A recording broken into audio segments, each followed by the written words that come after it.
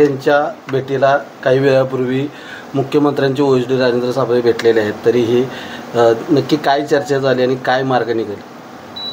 नाही, याची कल्पना नाही मला, कारण मी आज काय मुंबईमध्ये गेलेलो नाही. मी माझ्या मतदारसंघामध्येच आहे.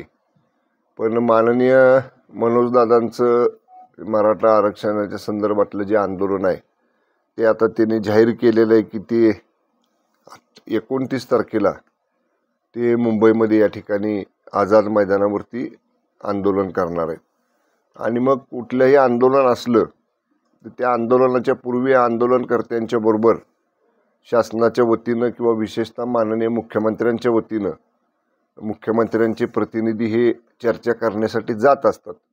त्याप्रमाणे कदाचित माननीय मुख्यमंत्र्यांच्या वतीनं त्यांचे OSD हे माननीय मनोजदादांशी चर्चा करायला गेले असतील.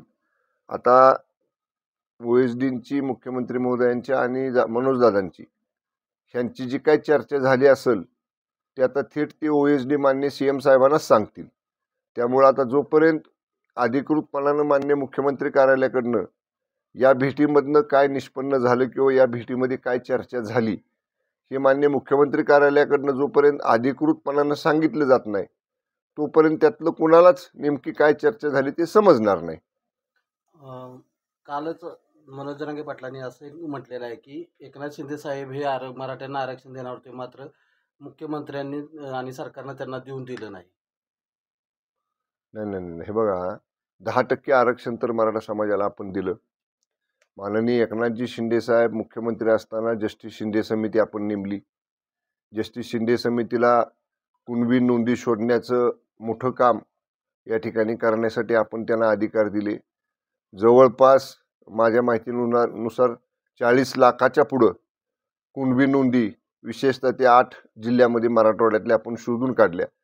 आणि त्या कुणबी नोंदींच्या आधारे ज्यांची वंशावळ लागली, ज्यांची कागदपत्र योग्य होती, त्यांना प्रमाणपत्रसुद्धा या ठिकाणी, व्हॅलिडिटीसुद्धा या ठिकाणी आपण दिली. त्यामुळं असं काय म्हणता येणार नाही की माननीय शिंदे साहेबांना द्यायचं होतं पण कुणी देऊ दिलं नाही. माननीय शिंदे साहेबांनी जे निर्णय मराठा समाजासाठी घ्यायचे होते आणि जे आश्वासन माननीय शिंदे साहेब मुख्यमंत्री असताना दिलं होतं ते आश्वासन ते मुख्यमंत्री असताना त्यांनी पूर्ण केलेलं आहे. त्यातल्या काही बाबी या अत्यंत तांत्रिक होत्या, टेक्निकल होत्या आणि ज्याच्यामध्ये कोर्टाचं इंटरव्हेन्शन म्हणजे कोर्टातलं त्याच्या माननीय न्यायालयाचं त्याच्या बाबतीतलं मत हे आवश्यक होतं आणि म्हणून काही गोष्टी राहिल्या, सगळ्याच गोष्टी राहिल्या असं नाही.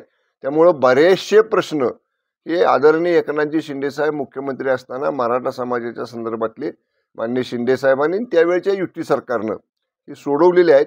काही प्रलंबित प्रश्न आहेत आणि त्याच्यासाठी आत्तासुद्धा आमची भूमिका आहे या सरकारचे आदरणीय फडणवीस साहेबांच्या, आदरणीय शिंदे साहेबांच्या आणि आदरणीय दादांच्या नेतृत्वाखालच्या महायुती सरकारची की 1 to 1 केव्हाही मराठा आंदोलनाच्या संदर्भामध्ये, मराठा आरक्षणाच्या संदर्भामध्ये ज्या गोष्टी प्रलंबित आहेत, ज्याचं आश्वासन पूर्वी सरकारनं दिलं होतं आणि ते पूर्ण करायचं राहिले या बाबतीत आणि त्याच्यात काय अडचणी आहेत हे 1 to 1 बैठकीमध्ये संबंधित अधिकारी, संबंधित कायदेतज्ञ, संबंधित विधिज्ञ, संबंधित आमचे जे काही सुप्रीम कोर्टमध्ये, हायकोर्टमध्ये ही बाजू लढवणारे ज्येष्ठ विधिज्ञ आहेत या सगळ्यांच्या बरोबर चर्चा करायची सरकारची केव्हाही तयारी आहे. त्यामुळं माझं पण एवढंच म्हणणं आहे, जसं काल आदरणीय एकनाथजी शिंदे साहेबांनी सांगितलं की गणपती गौरीचा सण आहे, मोठ्या उत्साहामध्ये तो सण आपण महाराष्ट्रभर साजरा करतो. राज्य उत्सवाचा दर्जा गणेशोत्सवाला महाराष्ट्रात ह्यावेळी पहिल्यांदा मिळालेला आहे.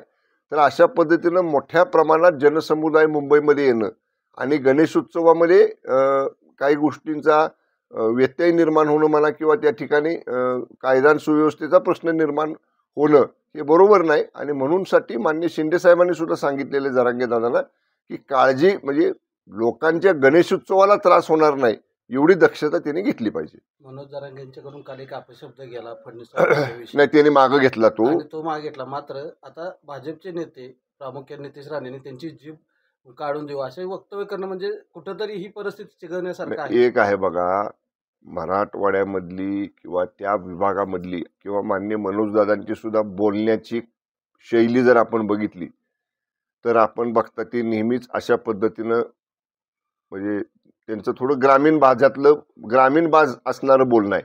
त्यामुळे बोलण्याच्या ओघात कदाचित त्यांना तसं बोलायचं नव्हतं पण ते बोलून गेले. पण त्यांच्या जेव्हा लक्षात आलं तेव्हा ते लगेच म्हणले मी माफी मागतो, मला असं बोलायचं नव्हतं, आणि जर माझ्याकडनं चुकून शब्द गेलाय तो शब्द सुद्धा त्यांनी मागं घेतला. त्यामुळे त्यांनी झालेली चूक दुरुस्त केलेली आहे.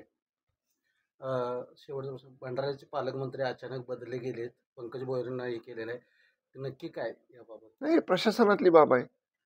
बघा, कुठं कुणाला पालकमंत्री ठेवायचं, कुठं कुणाला सहपालकमंत्री करायचं, हा सर्वस्वी अधिकार माननीय मुख्यमंत्र्यांचा आणि दोन्ही उपमुख्यमंत्र्यांचा आहे. तिथल्या काही विषय आले असतील माननीय सीएम साहेबांच्या, DCM साहेबांच्या समोर, आणि त्यातनं चर्चा करून ह्या तिघांनी काही निर्णय घेतला असेल. ही दैनंदिन बाब आहे. त्यामुळे त्याचं काय म्हणजे असा फार मोठा काय बदल केला अशातला भाग नाही. या तिघांनी मिळून चर्चा करून तो निर्णय घेतलेला आहे.